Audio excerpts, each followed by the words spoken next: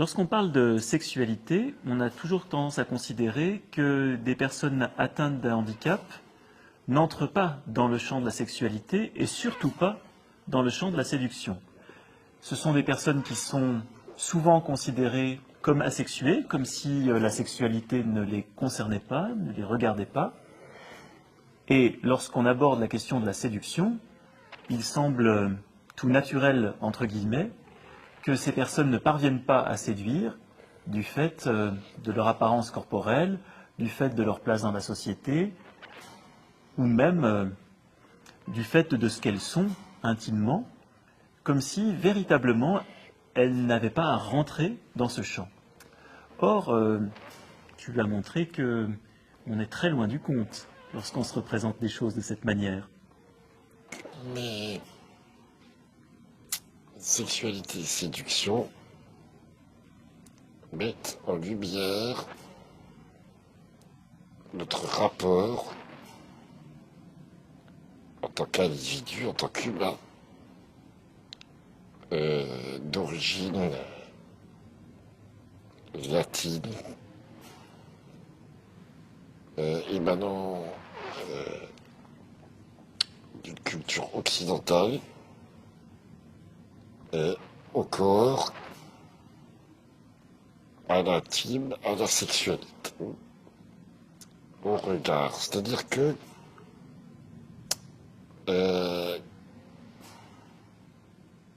là encore, il y a deux exemples. Le premier, il est assez récent. J'ai un de mes anciens accompagnants qui un jour, alors qu'on est en train de manger, me parle de sexualité. Ce qui est assez fréquent dans mon entourage. Et à un moment donné, il me regarde, il me dit, écoute, faut que je te dise quelque chose. Tu vois, je sais pas ce que les femmes te trouvent. Ce que les femmes, quel plaisir elles peuvent avoir avec toi. Il y a une pause et puis il continue. En me disant, tu vois, moi je ne supporterais pas d'être handicapé. Parce que je ne pourrais pas vivre sans la position de la levrette. Alors je le regarde, je dis, parce que pour toi la sexualité, ça se résume à la levrette. Là, il prend compte, il se rend compte de l'énormité de ce qu'il a dit. Et il dit, oui, c'est vrai,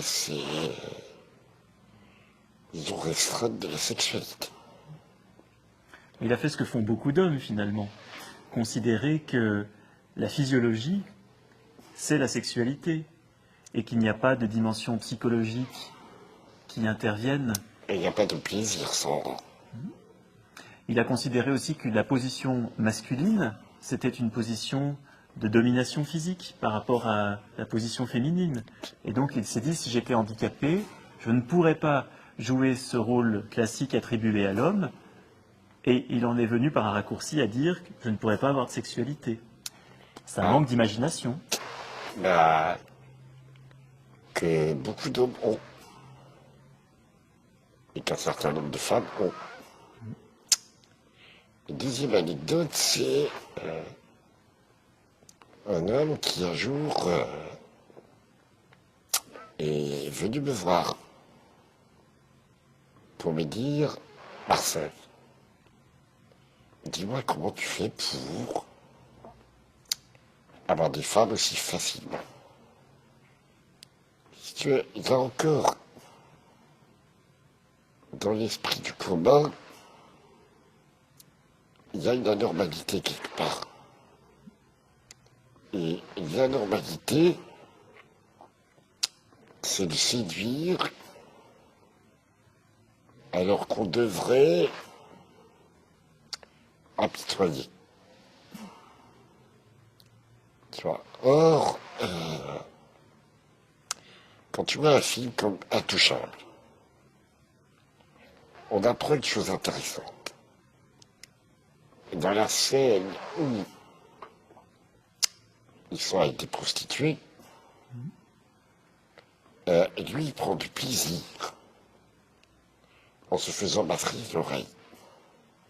Ça, c'est une réalité? C'est une réalité. Ah, C'est une réalité. C'est-à-dire que une personne qui est tétraplégique va déplacer ses centres d'érotisation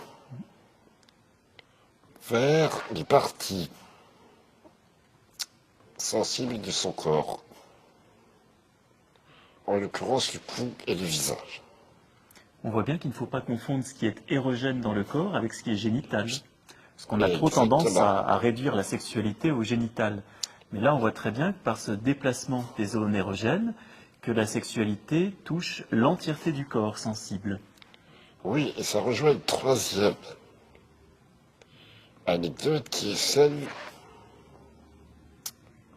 du curé de mon village, alors que j'avais 18 ans, qui, après ma confession, j'étais à l'agonie, mais il venait à la maison pour me confesser. Donc après ma confession, il en profite pour me dire Marcel, ça fait longtemps que j'ai une question à te poser. Je lui dis oui, d'accord. Il me regarde, il hésite. Et il me dit Marcel, est-ce que tu as des érections? Curé du village. Alors, en fait,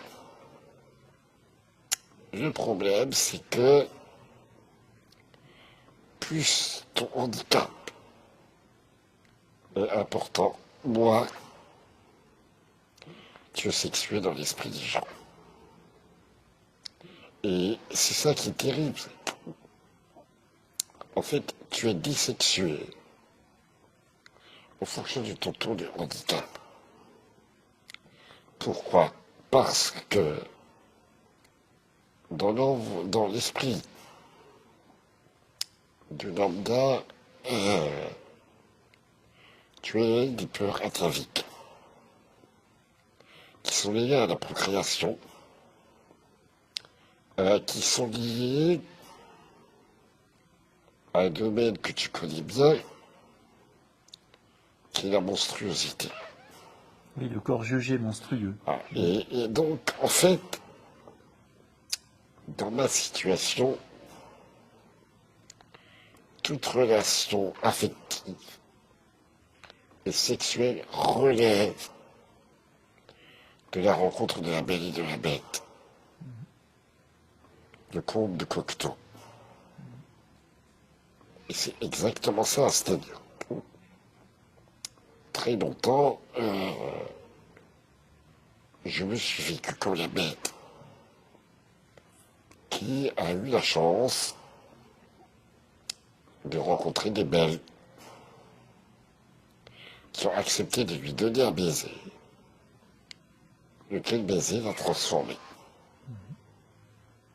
l'a humanisé.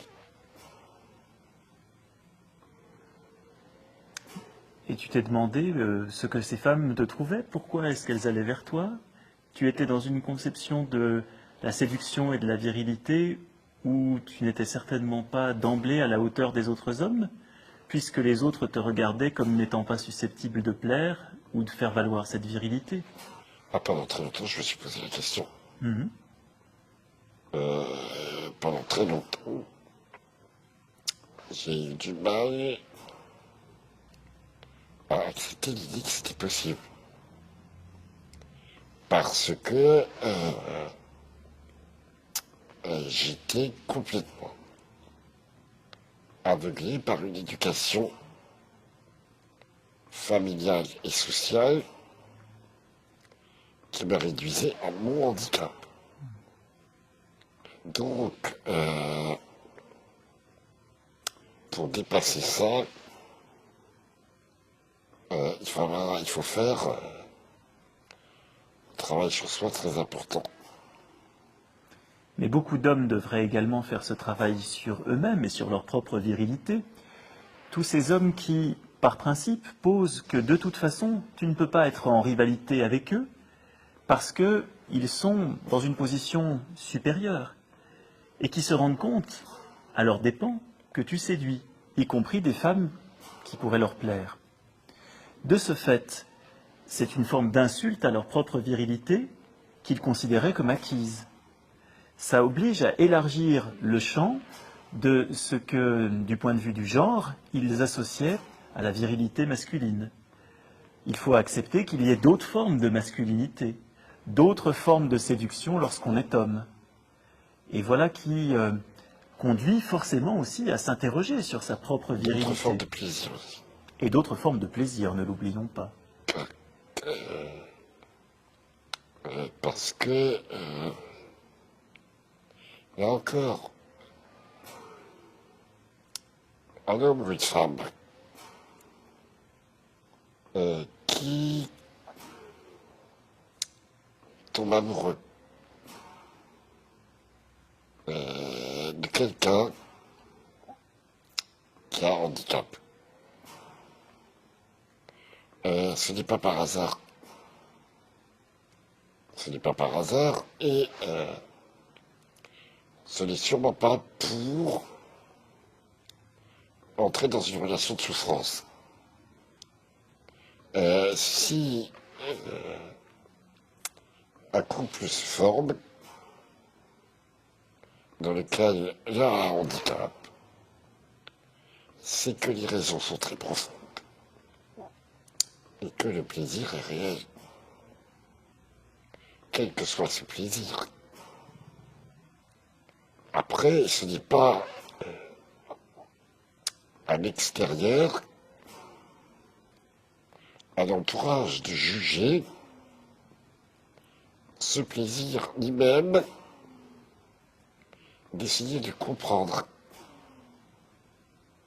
juste de l'accepter.